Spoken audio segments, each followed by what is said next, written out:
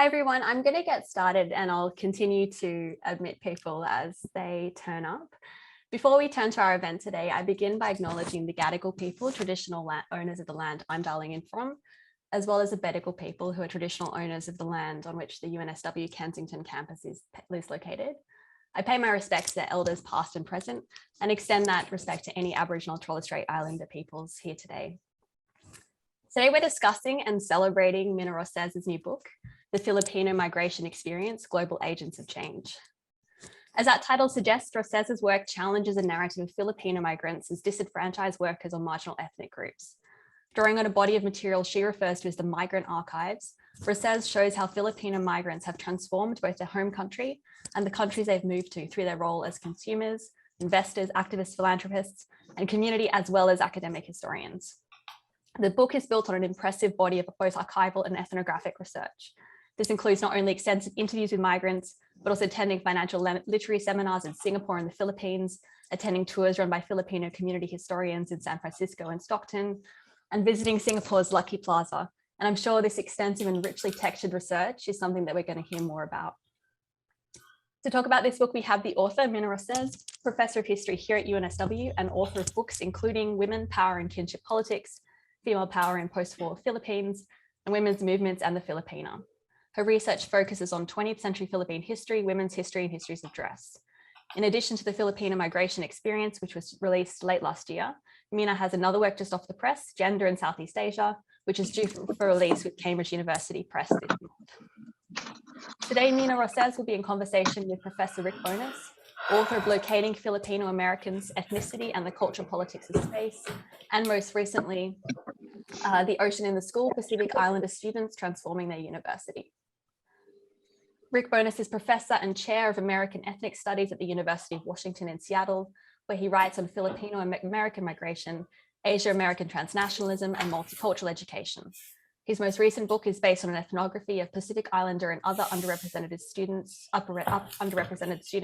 whose college experience became generative sites for transforming university schooling. As previously, this event is going to last for about an hour. We're going to have 30 minutes of an interview between Mina and Rick, and then we'll open for questions from the audience. To ask a question, you can either raise your hand using the raise hand function, which is located in the bottom right of your screen here.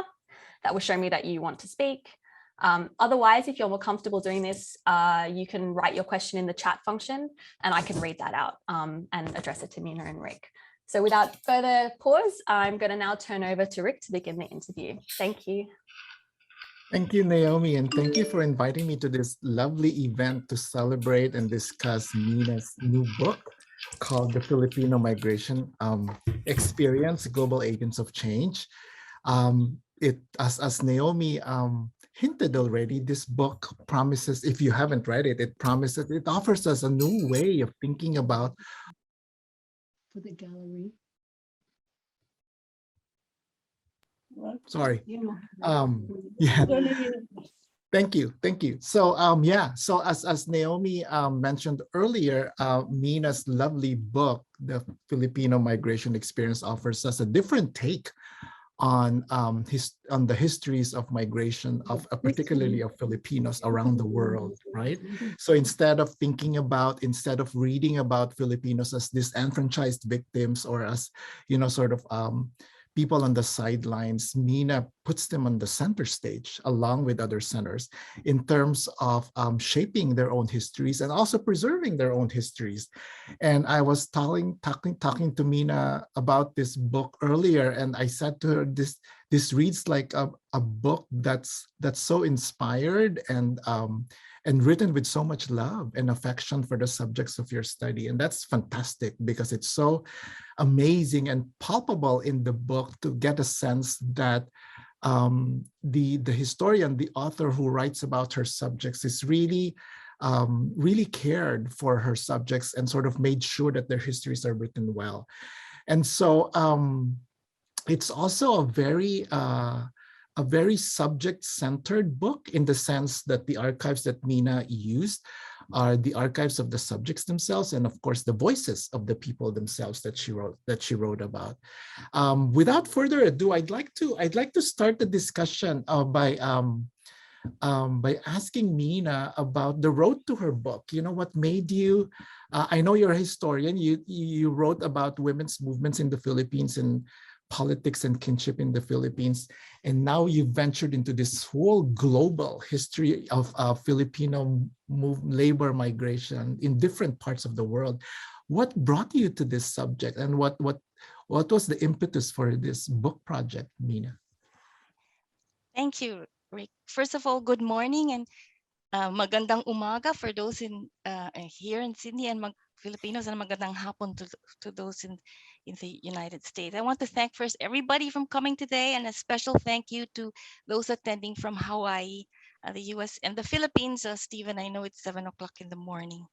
And also want to thank those people who, part of the road to this book is that as the people here attending, they didn't just support me by providing archival material and their time for interviews. They're here today at the book launch. So maraming salamat po. Thank you very much. I also want to give a special shout out to the Philippine National Historical Society, who are also here with us today, which I've been a member since 2013 and have been religiously sending me their monthly newsletters. To the Australian activists of the Filipino Women's Working Party and the doctors of the Philippine-Australian Medical Association who sent medical missions to the Philippines, and to Operation Manong, the affirmative action group in the University of Hawaii, who tutored Filipino students, high school students, so they could get into universities. It's actually all these people who helped, and that partly answers the questions of how we got here. It would not have been made possible without everybody's support and opening their archives that have never been used before. The archives of the Operation Manong, it's like in their office and no one's ever used it before. So I love looking at migrant sources that have never been used before. So the book took a very long time and hard work. As I said to Rick this morning, I wish a reviewer, I don't care what they say, but I just want somebody to say she worked really hard for this book, and I'm glad Naomi noticed it. And so why did I do this? Since 10 million of the Philippines population, 10% are migrants, and Filipino migration studies is a huge field. It's dominated by social scientists, and I thought a historian could make a contribution to this field.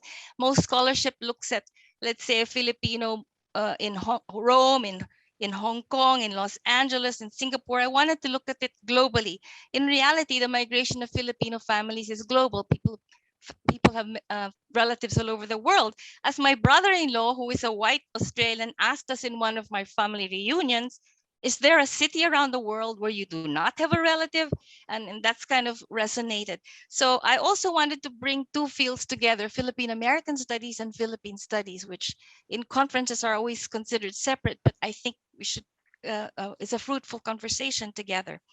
And I discovered these migrant archives, and I thought I could write about migrants that not just about labor, which is the stereotype of Filipino migrants. And also I found out that migrants have been busy writing their life stories, and sometimes self-published in English, Tagalog, and even Italian. There's stories of Filipino domestic workers in Singapore writing about their romantic lives as single wives. There's a lovely story of a domestic worker in the Middle East in Tagalog, all about the meaning of her maid uniform, which she said made her look like a flower vase and made her invisible in the shopping mall. And there's even the life story of a Filipino-American first-generation migrant engraved in a gravestone in the Stockton, California cemetery. So I wanted to write a history of migration from the migrant's perspective, and being what social scientists call me a 1.5 generation migrant who left the Philippines at the age of 17. I thought I could empathize with this point of view. Nice. That's great, Mina. I'm interested. I'm actually intrigued by the subtitle of your book, Global Agents of Change. Can you tell us more about that? I mean, in terms of like thinking about migrants as exported labor or imported labor, right? Do you mean to say that you looked at them as beyond workers and beyond what they do for a living, right? And instead think about them in larger contexts than just people who do labor for others? Yes, actually, that's the subtitle is taken from my main argument that they are agents of change, in several levels, which I'll try and do quickly. They've changed cultural construction of gender. For example, women are supposed to be chaste wives, but here these domestic workers in Singapore, of course, using pseudonyms in their stories, having sexual affairs with South Asian men. They critique the family, which is sacred in the Philippines. You don't do that. They're activists, philanthropists, they're consumers and historians of their own past. And in all of this, they have changed both the host country and the homeland. Now, my aim was to change the perceptions that marginal groups can't change the host countries also that they've migrated. So there's several levels that they're agents of change. First, the level of the personal. The migration stories that I've read recorded change, not just in their economic position, which is what most people are concerned about, but about individual transformations. I like to call it a Filipino 2.0 version of themselves. So consider the life of Zita Cabayes, who was born in Pangasinan province, the second of 9 children. Born to a poor farming family, she was forced to stop schooling at the age of her 6th grade because her parents needed her to work to support the rest of the family. She worked as a maid in Manila from the age of 13. She married, had 2 kids, and in 1994 went to France as an undocumented migrant to earn a living as a domestic worker. After working as a nanny for 2 years, she only received 2,000 francs out of the 6,000 franc monthly salary. So she was the first Filipina to file a case against her employer on the ground of modern slavery, and she won.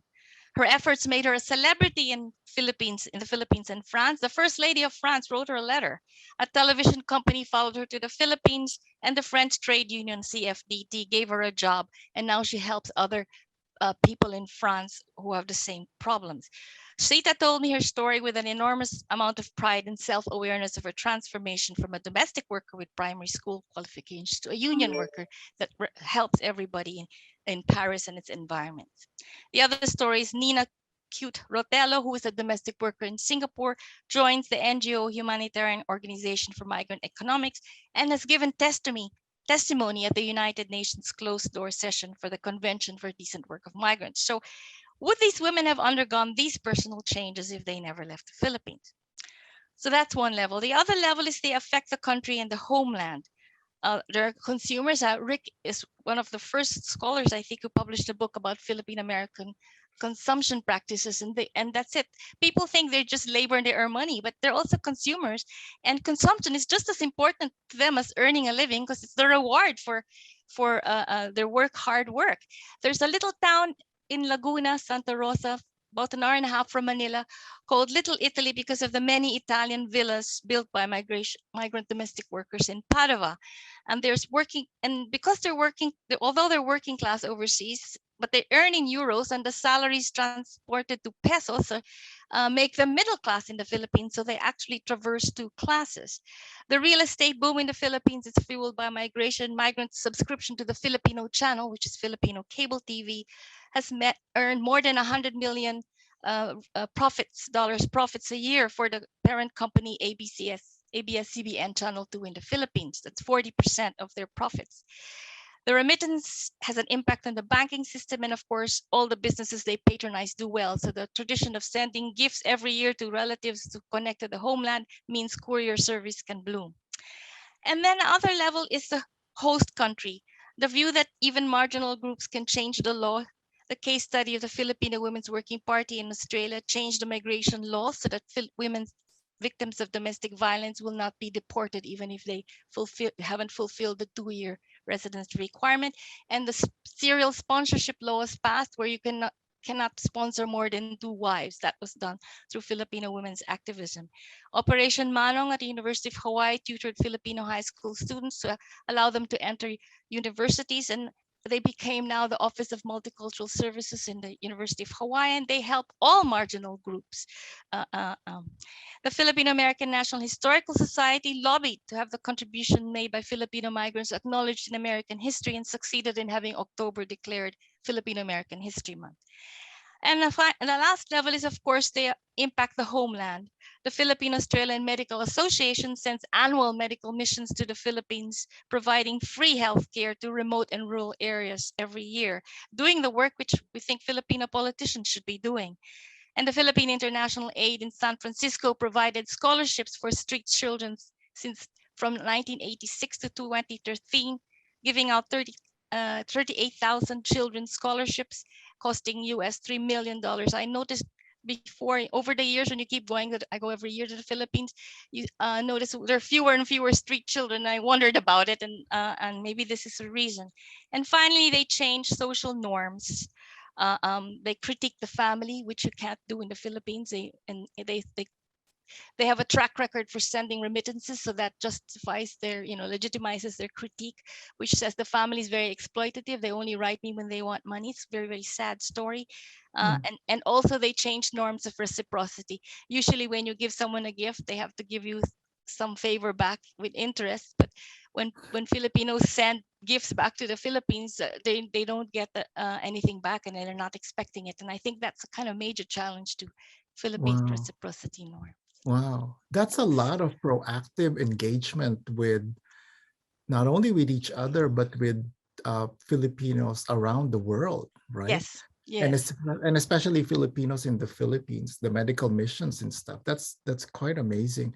And so, did you see something like a pattern? I mean, in terms of are these the activities of the organizations, are they getting much more busy, and is the work ongoing in sort of Yeah, even during the pandemic? that I don't know too much, since I Oh, haven't been, but I do know we can ask anybody in the audience in the question time if those people yeah, who are in on, yeah. it's still Philippine, if the Philippine Cora Francisco, if she's here from the Filipino Australian Medical Missions, Wow. if it's Okay. still going during the pandemic. But I think the Philippine International Aid is still raising money to get scholarships for street children, because it's when it's like you're right, Rick, it's global. So it's not just the Filipino diaspora sending money. They actually work with Filipino partners, so it's transnational. They have Filipino partners who they work with, and they're not just the funding money, giving money and not caring. They actually meet and check on whether the NGOs are really helping Right. people. Right. So that's That's what they do. fantastic. Mm. That's fantastic. I'm also interested in your use of what you call the. Do you have a term for the archives that you used, right? Yes, Community archives, I think, right? I call them the Um, Migrant Archives, and the includes migrant community archive, histories. Yes, and it includes, community histories, yes. right? Tell us more about it. I mean, what is the sense that you get in terms of like um, the migrants themselves as their own archivists and historians, right? Yes, I will talk about it. And I noticed Terry Torres is here, and I'm going to give a quote from her. So there you go. Oh, wow. I love using sources that have never been used by historians. And of course, this topic gave me the privilege to do this with the help of the people in coming today. So the Philippine American National Historical Society is a great example of uh, they have 38 chapters today and plan to expand to Canada. They train themselves to be historians of their own past. They publish their own community histories, which are prolific, and they publish their life histories of their members and the ancestors' history of each chapter. They have biannual conferences with sessions on how to create your own archive and how to write your own oral history. They produced documentaries. They have a national archive in Seattle, which I visited twice and used documents from, and they founded their own museum in Stockton, raised it themselves. They lobbied to have October designated Filipino American History Month and succeeded in the US. And they are truly doing a history from below. So I wanted to introduce the concept of migrants as historians of their own past, because this is a concept that historians and other scholars haven't talked about. And they have their own interpretation of the past. They write their histories in which they are the heroes. They're not the marginal groups. In their histories, they are the heroes and heroines, and they have their voice. As Terry Jamero, former president of FANS, said, quote, "If we do not tell our own story, then others will tell it for us as they interpret it, and we will risk losing the essence and the truth about the Filipino American experience," end quote. So they want to have their own voice. Now, that's a great example of, I couldn't resist that. That would be a great archive I could use. The other one is Filipino domestic workers have been publishing their life stories using pseudonyms, sometimes self-publishing it, and anthologies, and all the newsletters of migrant organizations always produce life stories. Even migrant children have their own life stories. There's one published in Oman with a, you can see here, with paintings of the children's paintings as part of the sources. There's one even in Italian about their life in Italy. Organizations have their own archives, which they shared with me as well, which haven't been mined by scholars. I also did oral history of over 70 interviews with migrants from Italy, the US, Greece, Singapore, and Hong Kong. And for example, there's an organization in Hong Kong that allowed me to use the journals of the it's called Lakbay Dangal. They're training Filipino domestic workers to spend their day off on Sunday to become tourist guide to do a Philippine historical tour of Hong Kong, which talks about the national hero in the Philippines who was in exile in Hong Kong, and during the Spanish-Filipino War, the revolutionaries went to Hong Kong exile. And it's very interesting how they go around looking for grave sites. One of them had her visa, she had to wait to get a new visa, so she had to go to Macau, and she said she spent her time there looking at the grave sites of Filipino, former Filipinos who lived there. A famous Filipino doctor who was in Hong Kong. So you've got domestic workers also getting trained from someone to be a historian of their own history, to be proud of it. And finally, I did ethnographic work, as Naomi mentioned, and the most fun was attending a coming of age celebration debutante ball of a Filipino daughter of a domestic worker in Padua that cost 5,000 euros, which is the cover of the book. I was just so thrilled that the photograph I took, and I'm a pretty lousy photographer, but my photo made the cover. That was kind of very thrilling. So I also, because you get a lot of insights from ethnographic work. Yeah. So this whole craving to become their own historians, what do you think are the reasons for that? Is it because they feel like they're under-recognized, or maybe very few people do research on them, so that's why they take it upon their own to sort of do their own histories? I think it's because migrants want to have their contribution recognized by the Philippines, by the homeland, and by the host country to which they were migrated. Because if you see in the fans, one theme is that they feel Filipinos are invisible, that we are a minority that's there but not there, that we don't make any trouble for the host country, but we do these service occupations that are essential, but it's never lauded or anything like that. And same, the domestic workers, that's why they write these stories, because they want to have it recorded. The Filipino government has called them bagong bayani, or means heroes, but these migrants feel it's only that because they want our money.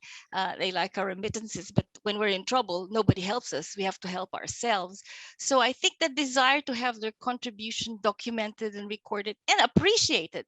Even Right. those people sending gifts to the Philippines, when I interview domestic workers in Singapore, they're saying, all I want is for my family to call me up and say thank you, or happy birthday, or how are you, not hello, send me money. So I think it's this, because they send money every week, and when the money doesn't come, they keep getting text, where's the money, where's the money? And then when it comes, they don't even get a thank you. So I think it's a feeling that you want to have your contribution recognized. I think the founding president who has passed away, who I interviewed, I felt very bad that my book came out after he passed away. There's three Oh. people I interviewed who had passed away since I before the book was out. I feel very bad about that. He said that Fred Cordova, he Yeah. said that as Filipinos cooked and cleaned and worked hard for America, it might not sound so great a contribution, but it helped in the progress of America. So it's this feeling that you're not appreciated, I think, Absolutely. is Yeah. driving this. Yeah, that's fantastic. Now, the other argument, the other sort of strand in your book that you explore is what you call the refiguring of the family, right? Um, can you tell us a little bit about how the family is sort of, or the family unit is, well, it's obviously disrupted because of Yes. migration, right? Separation of family members. But how else is it refigured? Or tell us more about how that separation sort of refigures different roles for the families for Filipinos. Yeah. Okay, yes, it's a very good question, because that's kind of also one of the changes, major changes. So there are a few things. Filipinos in the end up making their own family when they're overseas, right? So they redefine the definition of the family, that if the family is the person who's there on your birthday, Christmas, anniversary, whatever. So they join NGOs, the domestic workers of the NGO becomes their family because they feel they get support from that family rather than the real family in the Philippines who keeps asking them for money. Then there's the transnational family, those who have mothers working abroad as contract workers. So they're separated, but they're still together, and it's not possible to get a legal divorce in the Philippines. So even if you've got this in the stories of undocumented men working in Japan, for example, they have a family made in Japan and a family in the Philippines. So you've got this infidelity happening that nobody really wants to talk about because of the separation of spouses. On the other hand, there's what Filipinos have now, it's becoming more normal to have a transnational family with your mother abroad or your father abroad, and you're still a part of a family. It still has a pejorative, but it's becoming more the norm and accepted because that's kind of a fact of life. They kind of try to stay together. But on the other hand, the migrants abroad make their own families. In the first generation of Filipino American migration, it's the fraternal organizations of men that support each other that becomes their family. In the modern one, post 70s, the NGOs become their family. And the other one is that roles in the family change. So women become breadwinners for the first time, which is a kind of a major thing. And they feel they kind of have power now to make decisions about what to buy and so on. So there's that. What I want to study next, which I haven't gone into, is the children who have been, if the mother goes as children left behind, and so there's a bit of a trauma, and then they're reclaimed again by the parent. So they have two traumas: when the mother leaves them and leaves them with their grandparents, and then they're recalled again to Italy when they finally get permanent residency, and they have a second trauma, have to leave their second caregiver. So that's also a kind of a traumatic. There's also the traumatic effect on the family there that I don't at the moment know too much about. But yeah, having extended families is both a phenomenon in the Philippines as well as outside of the Philippines, right? I'm sure you know, many Filipinos, including both of us, call some people aunts and uncles, even if we're not blood related to them, right? That's right. Or even if they're not related by law, right? And so, and I think with a lot of migrants who get separated, you get, you know, sort of the support of the people around you who are not necessarily your relatives, right? Fred Cordova wrote about this too, you know, in terms of having these extended families. But so in a way, that's your support system, right? Yeah, and I forgot to say there's also the mestizo families, because there's intermarriage now, and that has positive and negative. I mean, some of the mestizo families, you know, Filipino believe that mestizo children are more beautiful. So you've got Catriona Gray, Miss Universe, and who's Filipino Australian, and Pia Zerbach, Filipino German. But on the other hand, there's also the Filipino Japanese children are in their memoirs. They say that they've been discriminated in the Philippines because they're Japanese Filipino and not Filipino. So there's all kinds of, but that's another one, a phenomenon of what they call the Phil foreign, the hyphenated Filipino has kind of flourished around the world because and also as you say, of this. And nevertheless, the sort of desire to retain or even sort of stick to Filipino-ness as their main culture, right? I noticed that too with migrants, right? I mean, continuing to learn about Filipino culture, even if you haven't been to the Philippines. Right. Especially Filipino Americans, they feel a great connection. In Hawaii, I think Ilocano classes and Tagalog classes have lots of students. So and the reason why Operation Manong succeeded is because the affirmative action group that tutored Filipino high school students so they could get into universities in Hawaii is because they had volunteers who are Filipino Americans who are discovering their past. You're right, this is identity. Even there's this, migrants have developed this book called the Filipino Identity Test. How do you know you're Filipino? If you smile for no reason, if you point with your mouth, if you if you are 30 minutes late for every event and so on, and they have a score. If you're a certain score, you have OFT, obvious Filipino tendencies, and so you should accept assimilation because resistance is futile. So there's all that. So there is this, yeah, and it's, I think because Filipinos, they can only relate to another person if you feel we're related. Yeah. So if you're talking about the family, and that's why you call aunties and aunties who are not really blood relatives, who become part of your family. And we're very good at accepting and not accepting in the case of Japanese Filipino kids. So there's also contradictions there. Thank you so much, Mina and Rick. I'm sure we'll continue to build on this as we move forward. Rick, I'll get you to ask one more question for Mina, but for the audience, if you'd like to start gathering up your questions and indicating if you'd like to ask something of either Rick or Mina, or even open to a wider discussion, please start to do that now. Thank you. Sorry, Rick, you can ask another question, and we'll let people, gather their questions. Somebody was raising hand. Ian Tyrell? Ian Tyrell, yes. Oh, Ian Tyrell, sorry. Yeah, I couldn't see the video. Yes, please. I didn't see whether he was raising his hand to ask a question or just waving. Oh, he's muted. Ian, you're muted. There you go.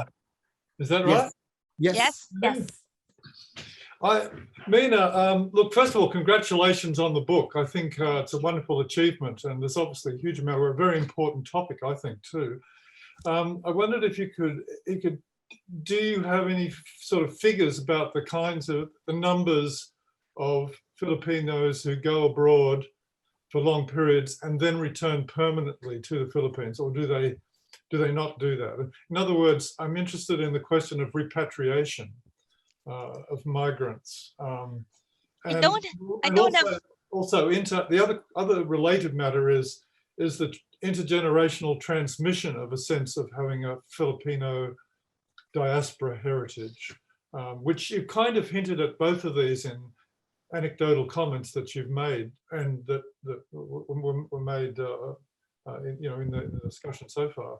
But I just wondered if I could sort of tease that out. Do we have any reliable figures on this, or have you attempted to give percentages to the patterns of repatriation? Because as you know, in the United States, patterns of repatriation in the late 19th century, for example, varied from some groups being very low in terms of repatriation to others as high as sort of 90 to 96% of the nationals who left a particular country returned to their home country permanently.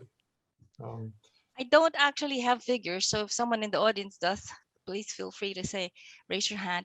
I'll put in the chat box. I know that they're returning already, because in Singapore, for example, you have to retire at 60.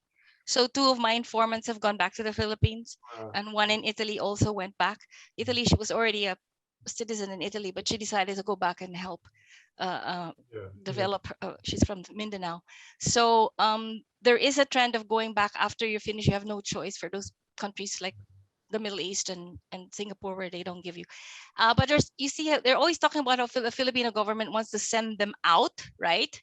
It's because of the remittances. But there's also a move for the Philippine government to bring them retired back, especially those married to Americans. They want, or Filipino Americans, they say, oh, it's great to retire in the Philippines. You can live the American dream in the Philippines by having a big house, because American dollars go well in Filipino pesos.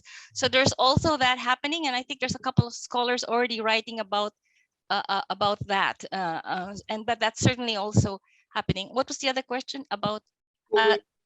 Transmitting Filipino. The transmission of identity as a Filipino, as a transnational Filipino over time. I mean, it seems to me part of the answer is they're trying to do this through history, through record. Yes. One of the reasons why they're recording so much of the history is they're trying to kind of, solidify this identity and their experience, so it'll be transmitted to another generation. But I just wondered if you'd thought of doing interviews with the children of the migrants, to see whether they, whether they were sort of completely Italianized or whatever it was, or whether they too longed to be back in the Philippines, even though that they had never been there in the first place. as someone who's 1.5, you're always ambivalent, right? And so it depends on the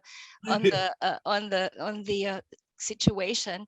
I mean, part of the reason why is they want to keep their identity, so they keep writing their histories so that it doesn't disappear, as Franz is worried about, and also because sometimes the host country doesn't accept them. I mean, Americans are, politics of race is rife in America. They won't consider people in Australia who ask me, where are you from? I say Sydney. And they'll say, no, where are you really from? As in, where are you born? Like, I couldn't possibly be Australian because I'm not white.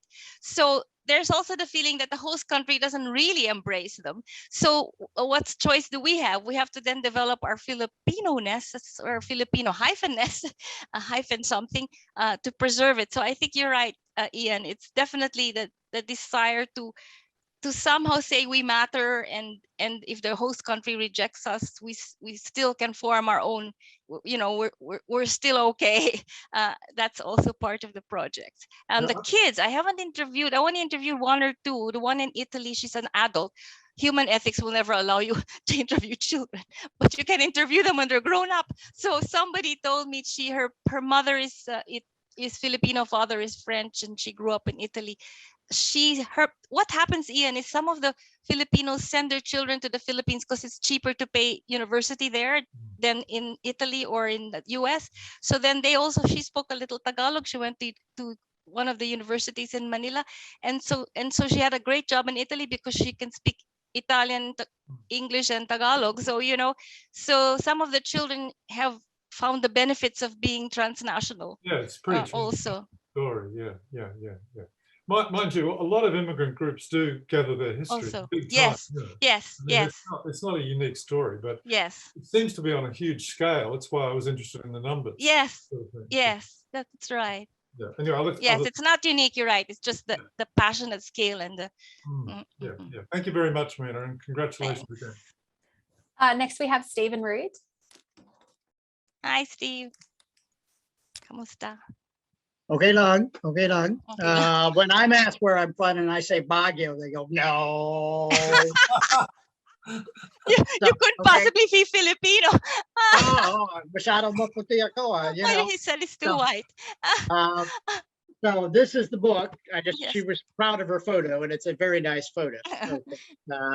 It's actually, it says credit Mina Roces, but it didn't say where you took it. So now I'm glad to know. Yes, it was in Padua.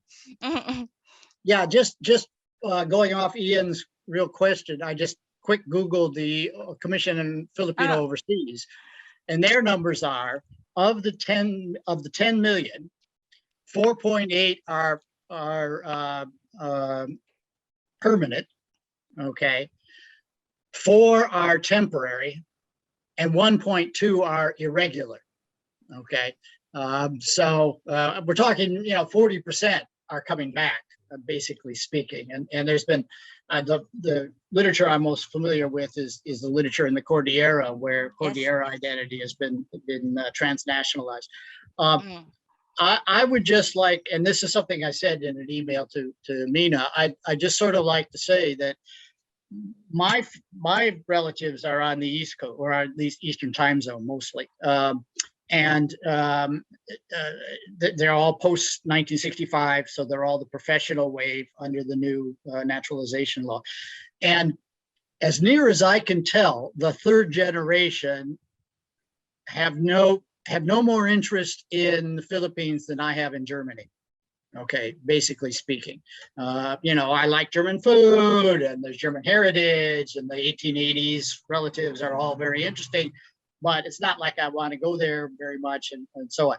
So I think, there is a definite fading, which might happen because the density on the East Coast is less than the density on the West Coast. I mean, the West Coast has got like 2/3 of Filipino Americans just on the coastal states. So anyhow, Mina doesn't intend to extend her research to the Eastern time zone, so there's an opportunity there. Theo, Theo is in the East Coast, so I don't know if he could, as Philippine American specialist, I don't know, from the archives, I thought that the third generation did feel like they wanted to still connect to the Philippines, but if Theo would know, or anyone,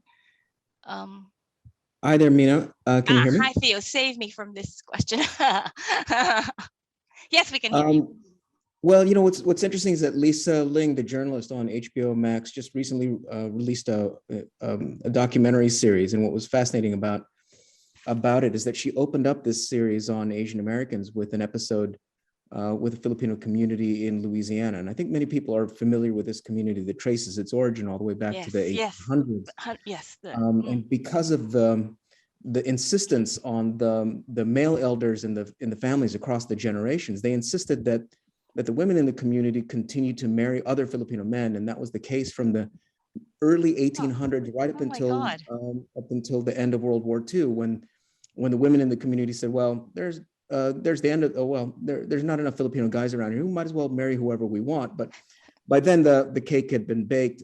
You had several generations, and by now you have something on the order of 12 or 13 generations of Filipino families in the first permanent settlement in the United States among Filipinos, which is really quite astounding. By early 1900s, you have about 2,000 Filipinos in New Orleans alone. So it's rare, but it's also, you know, quite distinct and unique to the flows of globalization, and how that kind of the flows of globalization brought Filipinos to the East Coast. So it might be the exception, but the truth is that there are Filipinos up and down the coast who continue, especially at the college level, continue to try to find themselves and their Filipino histories in these college courses and in these performances up and down the Eastern Seaboard. So there's a clustering, certainly, and of course it's not as dense as what you'd find on the West Coast, but we also should realize that folks on the West Coast aren't all Asian American studies and Filipino American studies majors. Many of them, because of that density, take for granted what they have on the West Coast. So sometimes you find some really quite active Filipino communities out here in Philadelphia and Boston and New York, and certainly here, I'm here in Washington, D.C. But it's a wonderful question to consider, Mina, and congratulations on the book. And I do hope you think about Filipinos on the East Coast, because there's a lot to unpack out here. So congratulations again. Thank you. Theo has written a book on Filipino cultural nights and celebrations in college campuses, which is a very convincing study of the number of Filipinos who spend hours and hours of their time doing Filipino cultural night in college campuses. But I will say, yes, my archives is heavily from the West Coast. My archive material is there, and probably that's why it reflects this. And Theo's right, now that he's in Mina, how many countries did you visit for your book? Okay. I was invited to give a lecture in Hong Kong, so I asked if I could just use my own money and spend a few days later and do some archival work. I went to Singapore, that was, and then Greece for there's a little case study in then about Filipinos organization in Greece that's refusing to, they're trying to close down the daycare, but they're still trying to survive. Right. Yeah, and then I went to the National Pinoy Archives in Seattle twice, and the University of California, Davis has a collection on Filipino Federation of America that was taken out of the book because the referee wanted me to keep the time period from 1970 to the present, whereas that chapter was about the 1920s. That I was a bit, made me sad because they had great photos from that archive.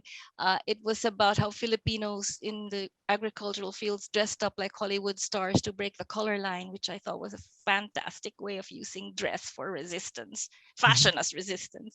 And then I went to Honolulu, of course, to Operation Manong, where they let me have their archives and do interviews as well.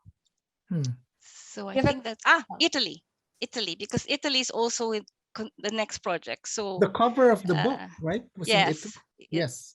And of course the Philippines, even in the province, I attended these financial literacy seminars because now the government thinks that the migrants are spending too much money and we should kind of direct their spending to investing in things like that. So yes, I went to actually 2 coming of age balls in Padova. It's amazing how I had to get myself invited to these things because I actually didn't know. But you know, Filipinos, oh, we'll help her, oh, but just invite, bring her along.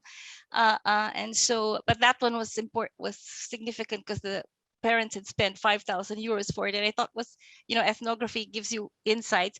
So it was 5,000 euros. She changed her clothes 5 times with couture gowns made in the Philippines and shipped it. It was such a big deal and all that stuff.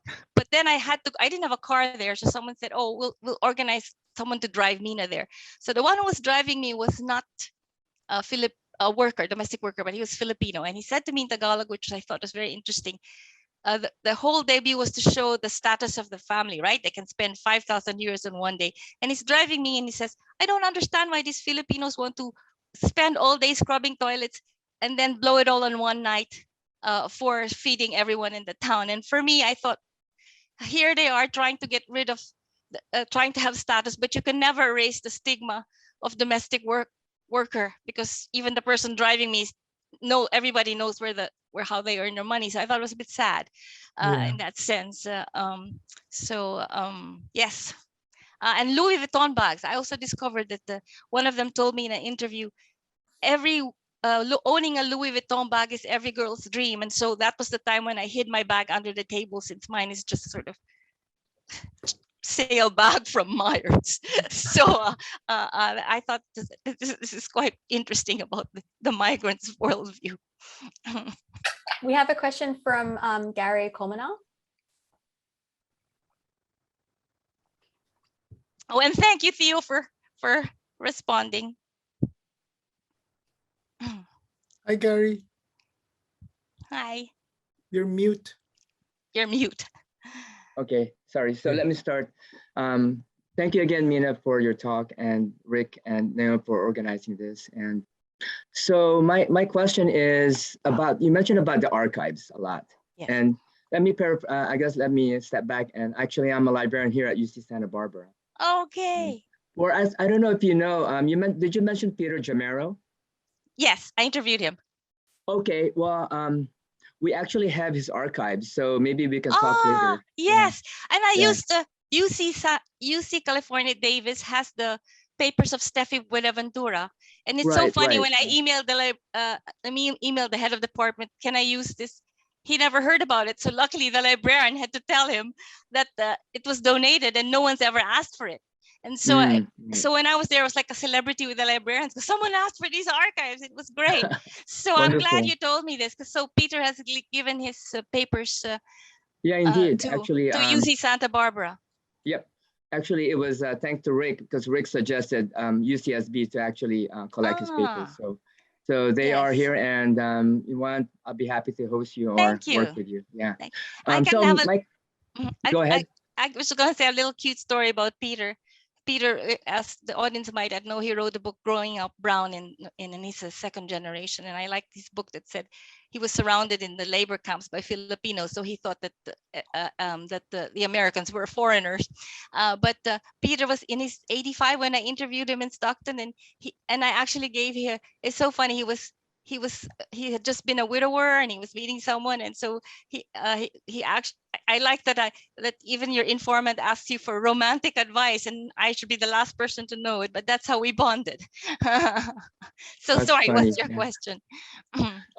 So when you mentioned about the archives, can you speak more about the archives? Are this in institutions, or are some of this actually from the actual families and individuals where you actually grab?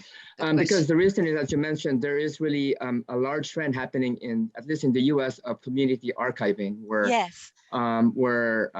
there are institutions that are actually helping communities preserve their own archives and making it and making the archives in their own terms, not from the institution's terms. And I think that is essential. And also that also includes about how they are labeled and described. Yeah, thank you. It's a good question. So the Philippine International Aid, I contacted the publisher, Mona Lisa Yuchenko, and asked her if I could go there and use the archive and make Philippine International Aid the one that raises money for street children. So she actually got one of her people to accompany me in San Francisco to her archive. It's just the office and then they have these bundles of papers, so it's not professionally done, but they have all the minutes of every meeting they had, every funding they gave every year to which organization, which NGO. So it was obviously, it's really a personal archive. Operation Manong has an archive in their office also. I just went there and Amy helped me, and she said, help, Clem Bautista, who's in charge of the archives, told me I could use their. So I just sat there every day and took notes. So that one was absolutely a personal archive. Let's see which one. The ones in Hong Kong, they let me go to their apartment, the head of the organization, and I could look at their journal. So there's a picture there, and that was taken from one of the family tree, where a woman has drawn a family tree of all the NGO as part of her family. That was also personal papers. They planned to have it published, so they had something to show me. And of course, I went to UC Davis, as I said, to look at the papers of Steffi Buenaventura, which apparently was the first one to use there. And the National Pinoy Archives is, of course, one that's properly done by the Filipinos themselves. So that's a community archive. It's not done by an institution. I did look at the papers of Carlos Bolosan in Seattle, but that's professional in the library in Seattle. But those are kind of the archives that I tapped on. A lot of them were personal archives held by organizations. Filipino Women's Working Party. Debbie Wall is here. She's one of the founders. I went to her house in Newtown, Sydney, and she let me have a look at all her papers there. Joan Dica, who's one of the activists at Filipino Women's Working Party. She was, she invited me to Adelaide and let me stay in her house so I could use her own personal archive. So it was sort of like that. So many of them are in family, in the houses, in the garage, and yeah. Okay. We have Ruth and then Diana Espinas. Can you hear me? Yes. Yes. Oh, sorry that my video isn't working. Well, it's just listening, it strikes me that one of the dominant images we have in the West is the Filipino maid being exploited by the, Western family, particularly the Western woman, housewife. And I just wondered if you could talk a little bit about that relationship between Filipino maids and the families that they're working for. Okay. In their stories, it depends on their employer. So in Singapore, some of the employers in Singapore don't allow them to have a day off, although now Singapore has passed a law and the reason the law passed is not because they cared about Filipino having a day off. It's because they argue that Singapore will not be competitive unless they, pass these human rights things. So it depends on the employer. And I interviewed someone in Hong Kong who had a very good relationship with her employer. So when she sent money every year for her daughter to go to college, and apparently the daughter squandered this money by joining a fan club of some movie star. So she thought she came home for the daughter's graduation, and the daughter had to tell her, I didn't go to university. When she got back to Hong Kong, she and the employer cried all night or something. So some of them have, and some of these employers in Singapore actually give their maids some. In Italy, for example, the couture clothes that all these Filipino women wear in Italy are handed down by their employer. I interviewed someone in Milan whose employer changes her kitchen every 2 years and gives her the entire kitchen. So she couriered it all to the Philippines. So some of them have good relations with their employers.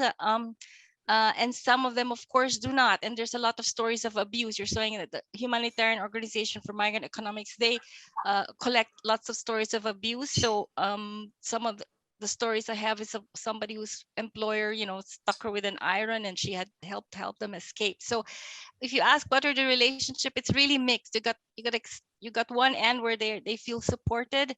When I attended the graduation of Home Humanitarian Organization for Migrant Economics, they give you courses so that you can move out of domestic work. And so I went to that graduation because the person I was interviewed just got the job of being the MC and president. She was very proud. So I went there to support her. And the employers were there to support their Filipino domestic workers, but not everybody you get a mixture. So that's, sorry, Ruth, it's difficult to answer that question because No, there's a thank whole you. I just, variety. Yeah. I was just Yeah, reminded of that ABC series, and anyway, we'll talk yes, later. there's Thank you. there's So all kinds. fascinating. Yes. We have Diana now, and then Diane Roddle would like to say something as well after that, and then we'll have to close. So over to you, Diana. I just want to say congratulations, Mina, on publishing your Thank you. book. I'm with the Filipino American Historical Society in Okay, Hawaii. yes. And of course, Clem Bautista is our president. And we've been trying to create that digital archive. So I just put the link down there. And there's a lot of people here on the screen that are here from the University of Hawaii. Oh, yeah, thank you for your support. Yeah, so much happening in the different states and in Hawaii. But a lot of them are community resources like Gary referred to. So I hope that resource grows. So that yes, you have a digital, that's correct. And I did mention that in the book as the first organization in America of Filipino Americans who wanted to have a historical society. So it really does matter. And you do also publish a lot of books. There's one by Patricia Brown on women, and I like the way it's actually what fascinated me as a feminist historian was it was actually Filipino American community historians that first raised the issue of gender, because the first wave of migration were mostly male, and so people who write about that generation write about the males, but it was you women, second generation, said, wait a minute, we couldn't have been born if there were no Filipino women. And so they collected stories of the women. And I thought, I really liked that there was a gender, even though the perception is the first generation is male, you added the gender into it. And yes, Filipino Americans, thank you for see, they're so supportive. I come to seminars. Thank you, Diana. We have a comment from Diane Roddle. Yes. We do have a couple of minutes, Diane, if you'd like to jump in now. Hi, I'm from Seattle. I just, first I want to say congratulations to Mina. I'm really looking forward to getting a copy of the book. I just wanted to highlight my experience growing up in the 50s on the East Coast in Philadelphia. I live in Seattle now, and I see such a huge difference. So when my father came to the States initially in 1908 from Manila, and I was born and raised in Philadelphia.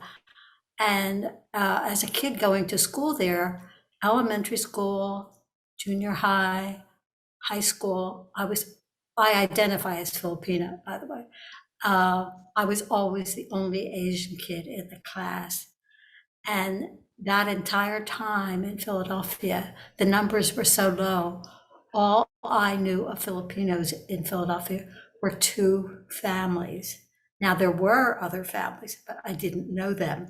And it really created all this isolation and inability to feel community.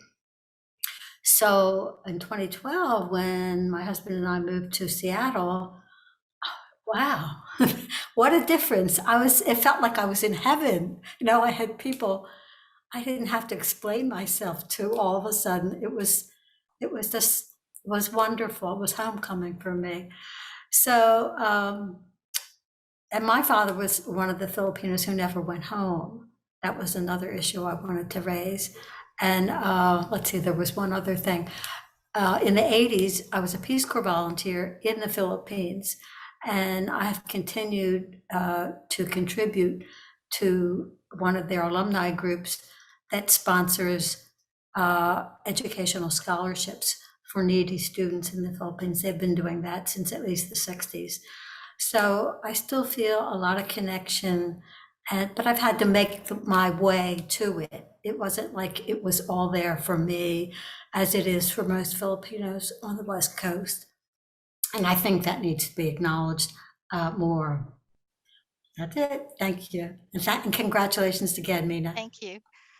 And I think someone wrote in the chat box, David Foreman, further to Theo's point, that yes, that's right, because they have these conferences in Hawaii of Filipino Americans, that there were some participants in the East Coast who continue to maintain. But I think Diane's correct that it's just the numbers, right? You're saying just that there's not so many Filipinos in Ann Arbor, Michigan, where I did my PhD. there weren't that many Filipinos, and I knew them all. So, you know, and they were saying that there's not that many, even though the Philippine Historical Collection is located there. There weren't that many. We'll have to close up there, and thank you everybody for attending. I think that this entire conversation is testament to the massive achievement of this book, not only analytically, which obviously goes without saying, but also in assembling this incredible archive of voices. And as you say, the work that goes into it, and it's a fascinating read, a wonderful project. If anybody who wants to purchase a copy of the book, I did send around a discount code from Cornell in an earlier email, so do feel free to use that. We'll have another one of these events in April, and I'll be in touch with further details. But for now, I'm just going to close by congratulating Mina once again, leading a virtual round of applause, which I'm sure everyone is participating in on mute. But thank you, Mina, and thanks everybody for coming, and thank you, of course, to Rick for being a fantastic interviewer. And thank you. Maraming salamat po. Thank you Thank very you. much. Congratulations, Mina. Thank you. Thank you, Naomi. Maraming salamat. Maraming salamat. Thank Great you. job, Mina. Thank you.